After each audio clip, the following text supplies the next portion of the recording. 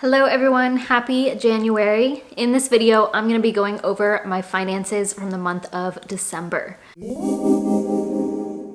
December was a good month, y'all. I'm very proud of it. I'm very excited about it. I ended the year on a strong note, and so I'm starting the year on a strong note as well. And I knew I wanted to do that because I told you guys that in November and October, I spent way too much money in personal spending and just other things. So I wanted December to really straighten out and then continue forward. I'm gonna get into all the numbers in just a moment. I'll share my spreadsheet with you, but right now I wanna go over my money goals that I set for December, and the first one was for my student loans, and that was to save at least a total of $11,400. Get my savings up to $11,400. I had set this as like more of a realistic goal because I ultimately wanted at least $12,000. And I'm happy to say that I did reach over $12,000. And again, I'll tell you those numbers in just a moment. That's very good news. So I was aiming for $11,400, but the way everything worked out and the extra income that I received, I was able to do a lot more. So thank goodness. Ended with over $12,000 in the 12th month, which is very exciting. My second goal was to reach an emergency fund of $3,000 again, because you guys know I did have $3,000 several months ago, and then I had to use it because of some emergencies that came up, and then it went below $3,000, unfortunately. My ultimate goal for the year was to reach $6,000 in my emergency fund, but because I depleted it, I decided to go with $3,000 again, and I did also achieve that.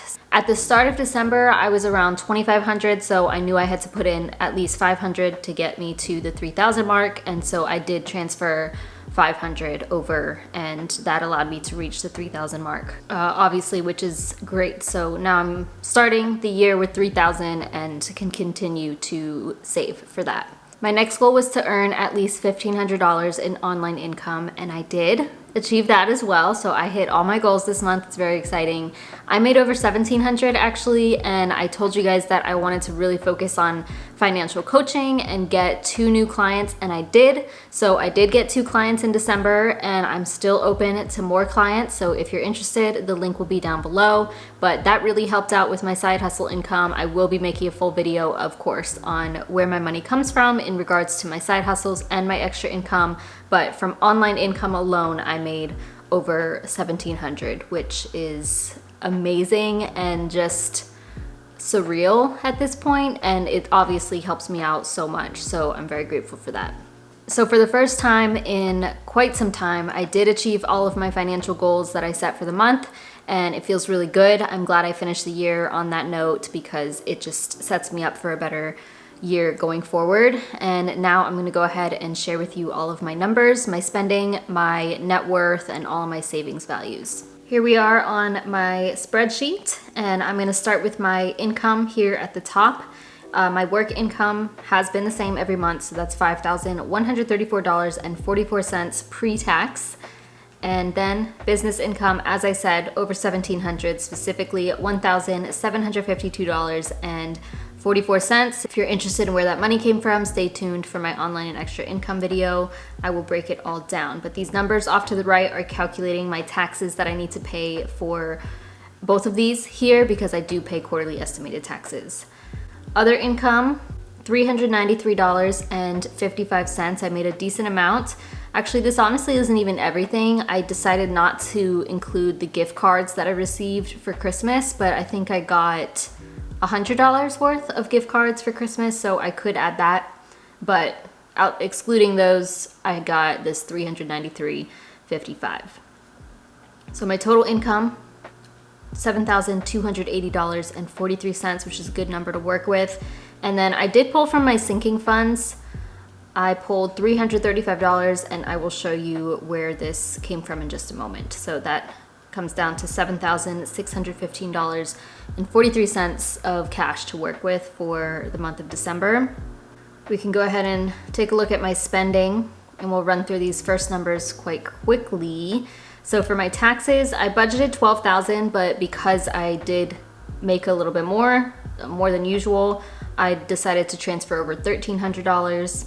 Sinking funds, I budgeted $965, including my emergency fund, and I did put $965. Roth IRA, I contributed, this is a random number, $151.10, because several months ago I had contributed a random number to my Roth IRA and it caused it to just be uneven this whole time. So I decided I wanted to make it an even amount that I contributed in the year. So I had to add an additional $1.10 to do that, which is no problem, obviously, and it helps even more so. But that's what I did for December. I did not invest anything in M1 Invest. That's because I decided not to for right now, and I get so many referrals that it helps me out on its own. Coinbase, I did buy $10 of crypto, $10 of Bitcoin to be specific. I donated $60. Rent, trash, and pest fee, always $1,411 until my lease ends in May, or renews rather. Renter's insurance, $13.83. Wi-Fi with Google Fiber, $55. My electricity was quite below what I budgeted. I budgeted $70, ended up only being $56.46, so you can see I'm $13.54 under budget. My water and sewage, I know the month before, so that was $42.09. For groceries, I budgeted $375 and I did go over. So I spent $398.25, so I was over budget by $23.25. I'm not stressing about this number though. I don't even know why I went over. I know that I had gone to the grocery store like a couple of extra times and ended up picking up things I didn't really need because I just wanted them. I may have even bought like extra stuff to make food with. I don't even know, but it's fine. It's not that much over. Food out, I also went over budget. So I budgeted $30, spent $45.23, so $15.23 over budget. You can see here that I only went out twice. I know that this $30 I paid for me and my sister to get lunch. This $15.23, I can't remember, but I guess it doesn't really matter. It may have been for me and my boyfriend or just myself. I don't know. Again, not really stressing about it because that's nothing crazy. Gas for my car, I budgeted $80, but I actually only went once and spent $41.73. I was surprised by this. I thought I would end up going at least twice in December, but I was able to make it stretch. So I was under budget by $38.27, which I'm happy about. My student loans, like I said, my goal was to get to $11,400. So in order to reach that number, I wanted to save at least $600. But I went well above that and saved $1,061.22. Obviously this is gonna go red, but it's actually a good thing because the more I save for that, the better. Health and beauty, I budgeted $250. I really wanted to stay under this, but I did not. $86.25 over budget because I spent $336.25. I actually did end up, I had canceled and rescheduled my appointments for later on in 2022 so that I could avoid going in December. But I ended up going, this $80 here, I ended up going to the doctor and I had owed them for my previous visit because their computer wasn't working or something. So that was $80 more than I was expecting to pay right there. Pretty sure this includes some vitamins and supplements. Also, I had picked up some beauty stuff actually, like lotions and sprays, like body sprays. So I do count that here because it's health and beauty. So again, nothing crazy, and going forward, I expect to spend less than that. For my phone, $40 per usual. My dogs, $100. That goes to my sister. Business, I budgeted $130. I spent $131.88, so $1.88 over because I just had the wrong number written down for how much something was going to cost, which is no big deal. For gifts, I budgeted $500, but ended up spending a little less, so $472.28, and this is where I pulled the money from. My sinking funds, the $335 was all from my gift sinking fund. That's actually all I had left in there. So I really wanted to, stick under that number, but that didn't end up happening. I do have a lot of people that I shop for Christmas, between my immediate family and then like the extended family that we're pretty close with and see on a regular basis. So that's what makes it difficult to stay under a certain number because even if I only spend like $25 per person, it really adds up because of how many people there are. So yeah, we gotta figure that out, but luckily I have a lot of it saved up throughout the year. Netflix was $13.99. Personal, I told y'all that I only wanted to buy $30 worth max for a new planner and a new notebook for 2022 because I buy that every single year. And I only spent $13.92. I purchased a planner as well as a sticker to put on my planner. And then one of my previous financial clients actually ended up sending me a bullet journal, so I didn't need to purchase one myself. Shout out to Laura for helping me out with that, because obviously that would have had me spend more money. I probably would have stayed under the $30 mark, but just in general, I'm very grateful to be at this low amount for personal spending, because I told you guys I was going to be holding myself accountable, and that was all I was going to purchase for myself. Granted, I did buy some beauty stuff, but it's lotion, you know, it's like body hygiene, like I'm not counting it as personal. So $13.92. I did spend in two other areas. So I purchased Lingo Pie, which if you haven't heard of that, that was $65. I got an annual subscription of this. If you haven't heard of that, it is a language learning website. I am trying to learn Spanish, and this year I really want to work on that. So Lingo Pie is where you can watch TV in Spanish and they like translate it for you. You can slow it down and like press on the words, and they translate every single word that you need translated. So it's a pretty cool software, and I'm hoping to learn a lot from it, and I really want to take it more seriously this year. So I figured $65 wasn't too bad for a service like that. But yeah, they did have a sale because I think typically it's close to $200 or something. And then I did also pay for Spotify, and the reason I did this, that was $99 for a full year membership. Actually, I bought a $99 gift card. The reason I did this, because I actually don't need to buy Spotify until February. That's when my year ends. But I had 5% cash back at walmart.com on my Discover card, and it was $99 on walmart.com to purchase the Spotify gift card, which when you buy a $99 annual card, that already saves you 2 months of a Spotify membership. But also I will be getting the 5% cash back from that Discover card, plus they match everything for the first year, so it will actually be 10% back. So basically I'm getting another month for free, so 3 months for free, which is why I purchased it in December, because they only had that walmart.com deal for Q4. Okay, we add everything up, we're at $6,784.23. If we exclude my debt and savings, I spent $3,306.91.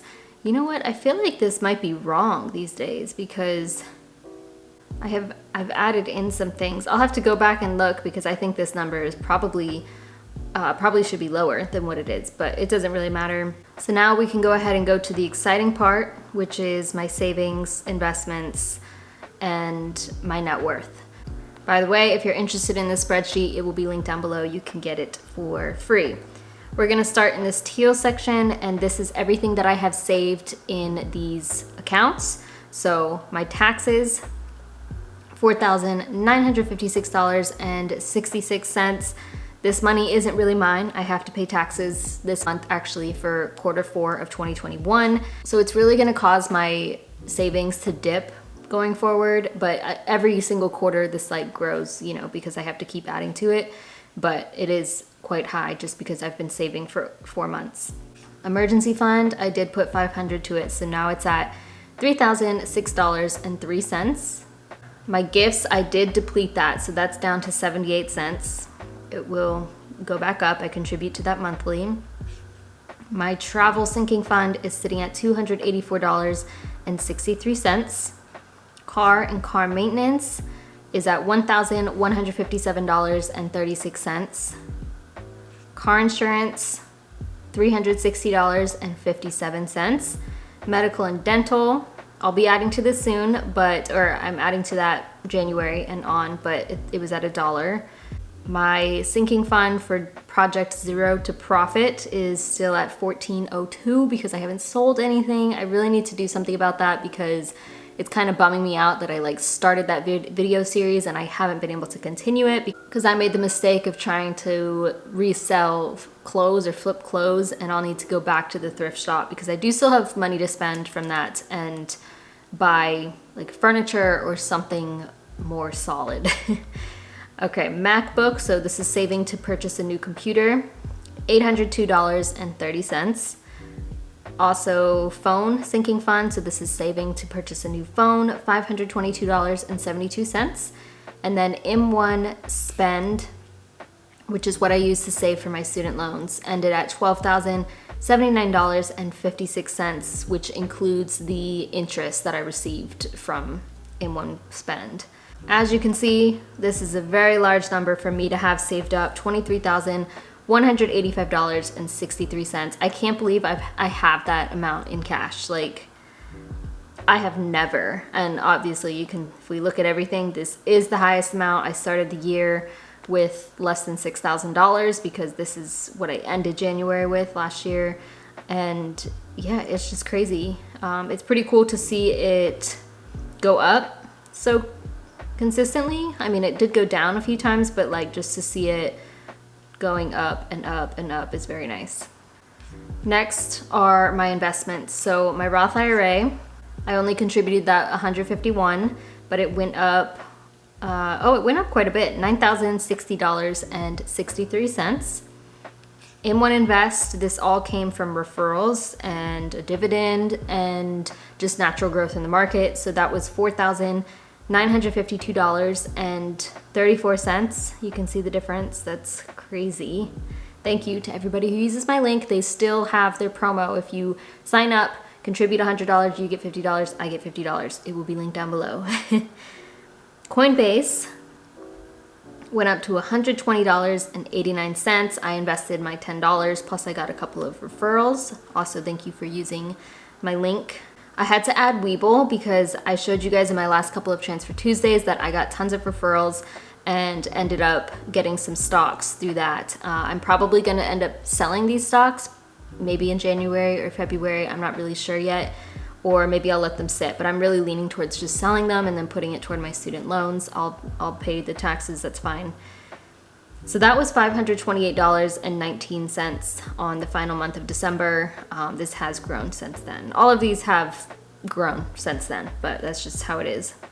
You can see that I have $14,662.05 invested, which is insane because I told y'all in my money milestone video, which I can link down below, that one of my goals for 2022 is to, or I actually mentioned this in my money goals video, but also like my milestones, that I wanted $25,000 invested by December 2022, and I'm almost $10,000 away from that. So like, I'm pretty sure we'll get there. You know, obviously if the market crashes at that time next year, then I may lose a whole bunch of this.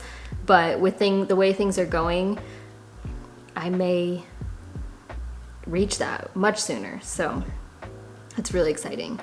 Between my savings and my investments, I have $37,847.68. But in order to calculate my net worth, I also add my checking account balance on the final day of the month, which if we come down, that was $3,713.49. I don't include my car in my net worth. I don't include like anything that I own physically in my net worth because I just choose not to. And if we subtract my liabilities from my assets, I end up with a net worth of $5,561.17. What?